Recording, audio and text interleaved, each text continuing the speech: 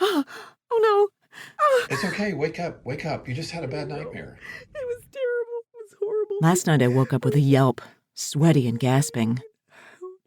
In my dream, I was desperately searching for my backpack and unable to find it among a seemingly endless pile of backpacks. It was a really bad dream. It's the second nightmare this week. I emerged into reality from the first one in the same manner, as if squeezed through fabric, violently tearing it apart. Of course, I woke Richard. I tell him in hiccupy gasps that I couldn't pack my backpack. As fast as I'd stuff something in, a new pile of gear would grow next to me, as if I was the sorcerer's apprentice of thru-hiking. Richard has this amazing ability to calm me, then fall right back asleep. But I was afraid to sleep, wondering what awaited me in my dreams. One might say I'm anxious.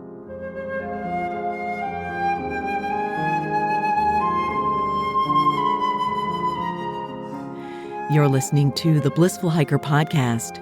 I'm Allison Young, the Blissful Hiker, sometime professional flutist, sometime voice artist, and full-time pedestrian. Thanks so much to Ibex, Wool, and Sea to Summit for their support. Also Summit Orthopedics in the Twin Cities, my choice for 2 total hip replacements. My goal in sharing stories of walking long-distance trails as a solo, female, middle-aged, titanium-reinforced hiker is to empower you to learn to hike your own hike, too. Sometimes just a casual question gets you thinking about what matters most. I leave this Monday for Tucson to start walking the Arizona Trail. On the phone with my dad yesterday, I shared that I'd sent 2 resupply boxes ahead filled with homemade and dehydrated food. I then added that I'd packed 4 days of food for my first 50 miles, and that prompted him to veer away from food and ask, "Where does the trail start?" When I replied the Coronado National Memorial southeast of Tucson, he immediately wanted to know what the memorial was memorializing. Well, I guess I gotta ask Dr. Google. A beautiful website popped up with a dated video telling the story of Francisco Vázquez de Coronado, who led the aptly named Coronado Expedition of 1540. A group of Spanish and Aztec warriors, along with slaves, walked these same trails into what is now the southwest United States. They were on the hunt for the lost cities of gold. Well, they never found the gold, but they did end up changing everything and everyone in their path, usually by force, which led to cultural collapse followed by cultural fusion.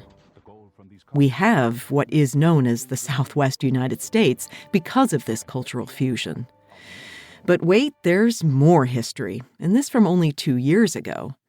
Just before Trump left office, after 7,000 public comments in opposition and the Ninth Circuit trying to stop him, he got a piece of his border wall built right here in a national monument.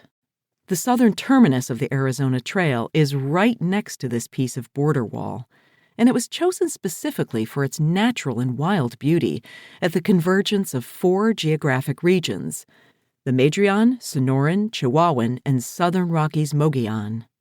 A monstrosity of steel and concrete not only closed a portion of the trail and marred the views, but it bisected this stupendous sky island terrain, essential habitat for endangered species like the jaguar and ocelot. The Trail Association made attempts to mitigate damage, but they were rebuffed, and it would take a change of administration to put a halt to construction.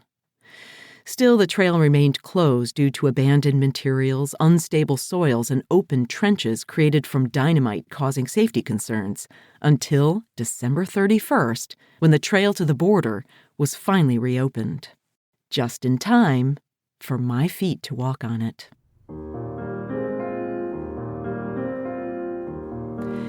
You're listening to the Blissful Hiker podcast, a series of personal essays that explore my journey of self-discovery as a middle-aged woman, sharing the sometimes unglamorous but vital truth about empowerment as badass people who don't need permission to blaze our own trails in this journey we call life.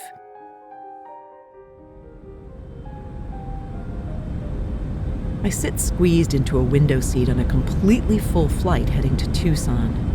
I go through my checklist to assure I have all I need, not that I can do much about it now. I've planned carefully, packed well, and I'm taking with me years of experience. Still, failure and less than optimal circumstances stalk me, both sleeping and waking. Questions like, can I handle this? And do I still have what it takes? Obscure the more useful ones like, what are you looking forward to most? It's not lost on me that this out-of-sorts space I'm in mimics nearly precisely the moment we're experiencing in the Christian calendar. 40 days of roaming in the Arizona desert sounds an awful lot like the penitential season of Lent. The word Lent comes from the Anglo-Saxon and means spring. The pagan roots represent a time of waiting and hoping, a time to plan and imagine a future without cold or snow or hardship.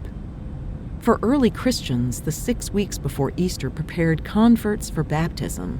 The scripture tells us Jesus deliberately placed himself alone in the wilderness, vulnerable to temptation.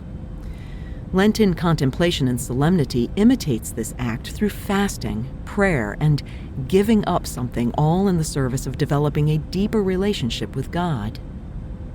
I find it interesting that in the beginning we were placed in a natural place, less a wilderness than a garden, a perfect place, one of perpetual spring.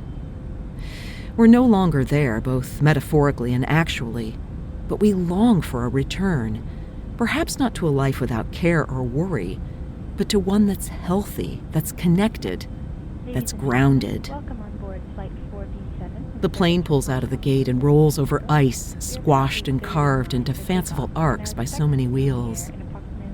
I'm also entering the wilderness and the risk of temptation. Temptation to push too hard, to ignore my health, to not listen to the spirit and my higher self. You know that I take contemplation seriously, that I take no distractions on my walk like headphones, and I pour myself wholeheartedly into making each step the priority. But there's more to this season than a search for the garden and the simplicity and rightness of that communion. And my dreams point to an anxiety beyond simply adopting a positive mental attitude. Last Wednesday, Richard and I gathered with friends and acquaintances to read, sing, and have an oily smudge placed on our foreheads. As the priest drew this cross of ashes, he said these words, "Remember, you are dust, and to dust you shall return." In other words, life is short. While it would be natural to interpret that message as a YOLO exhortation to live your best life and pack in all you can before it's over, the ask is less about selfishness and more about humility. We are dust, we're nothing, at least in the cosmic scheme. So what will you do with that knowledge? The plane lifts in a miracle of weight versus the laws of gravity. In the back, I feel it especially. A momentary flicker of fear as we bank sharply over frozen lakes and minuscule trees. Flying is truly awesome when you stop to think about it. So is life. I ponder the questions nervously buzzing around me. Richard always says I have a backup worry. And then I sharpen the lens through this moment of Lent. Part of the reason I walk in beautiful wild places is to reconnect with the earth, the place that always extends its invitation openly, unreservedly, and without judgment. I'll have 40 days of spring unfolding from slushy trails and frigid nights to blooming cactus and more daylight. I'm a visitor just passing through, leaving behind footsteps that touch the very dust I come from and will return to. I remember a set of flights I took several years back from Minneapolis to New York, then Paris to Geneva.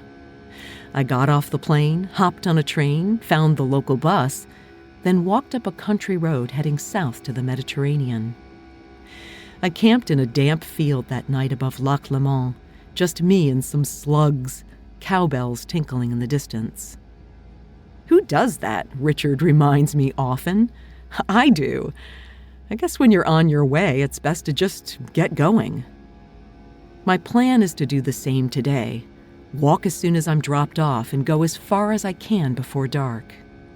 As anxiety sneaks in and tries to pull up a chair, I tell it, okay, but stay over there out of view, because I have more important things to focus on today. I'm starting my Lenten journey on the Arizona Trail, answering the call for a right relationship to the Spirit with each step I take. The man next to me leans into my space, his head flopped forward in sleep. I'll join him soon. This was a very early flight. But will I get to Tucson on time? Will I be so wrecked from travel I can't hike well or relax into the challenge? One of my favorite passages pops into my head. It's from Philippians and goes something like this. Rejoice in the Lord always. Again, I say rejoice. Let your gentleness be known because the goddess is here with you. Don't worry about anything, but in all things through prayer and thanksgiving, speak your truth. And the peace which transcends all understanding will guard your heart and mind. The trail awaits me, and I'm pretty sure the goddess is there, her arms spread wide.